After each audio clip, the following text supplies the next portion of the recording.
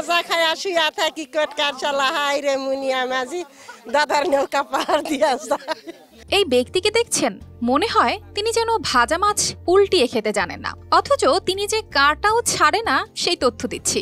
আম গাছের আড়ালে এই গাজার গাছটি পরিচর্যা করছিলেন প্রায় 1 বছর ধরে। প্রথমে বিষয়টি অস্বীকার করলেও পরে স্বীকার করেন যে নিজেই বীজ এনে গাছটি লাগিয়েছিলেন। নওগাঁর বদলগাছি উপজেলার হাজীপাড়া গ্রামের এনামুল হকের বাড়ির উঠোনে ছিল 14 ফুট লম্বা এই গাজার গাছ। তবে আশ্চর্যের বিষয়, কেউ বুঝতেই পারেনি এই গাছটির পরিচর্যা চলছিল। বসুন্ধরা ডায়াপেন্ট এখন আরো উন্নত।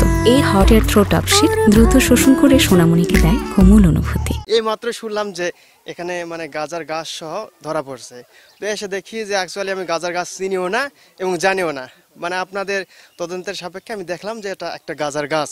তার বাড়ির উঠোনে এমন মাদকের গাছ চাষের খবরে চাঞ্চল্য ছড়িয়েছে এলাকায়। এনামুলের স্ত্রী রোজিনার কথাও কম চমকপ্রদ নয়। তিনি জানিয়েছেন তার স্বামী যে একটি গাছ রোপণ করেছেন তা জানলেও সেটা যে গাজার গাছ তা তিনি বুঝতেই পারেননি। গাছ উঠে গেছে ভাই, আমার স্বামী আমার কয় নেই গাছ বড় হয়ে যায়, ফুলের গাছ, এটা ফুলের গাছ। 22 জানুয়ারি বুধবার দুপুরে গোপন সংবাদের ভিত্তিতে অভিযান চালায় বদলগাছি থানার পুলিশ। উপপরিদর্শক আব্দুল মোমিন জানান, গাছটি জব্দ করে এনামুলকে আটক করা হয়েছে। মূলত জনগণের নিকট শোনা এটা গাজার গাছ নামে পরিচিত। এখন গাজার গাছ পরীক্ষা নিরীক্ষার মাধ্যমে হয়, আমাদের বোঝা যাবে যে এটা মূলত গাজার গাছ কিনা, সেটা পরীক্ষার মাধ্যমে আমরা জানতে পারবো।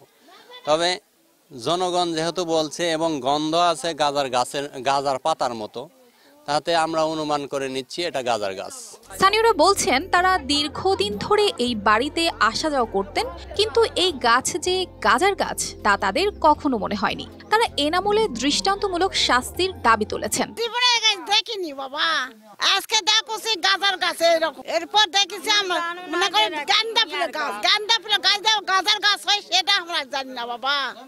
এরপর মানুষের চলে পড়া শাসন করতে হবে, গাছ লাগানো হবে না, সবার জানাতে হবে এরকম গাছ বাড়ির ভিতরে লাগান না, পুলিশ বাদী। এমন ঘটনা ওই এলাকায় আগে কখনো ঘটেনি। স্থানীয় প্রশাসন ও গ্রামবাসী এই বিষয়ে আরো সতর্ক থাকতে উদ্যোগ নিয়েছে যাতে মাদক সংক্রান্ত কার্যকলাপ বন্ধ করা যায়। News desk, RTV।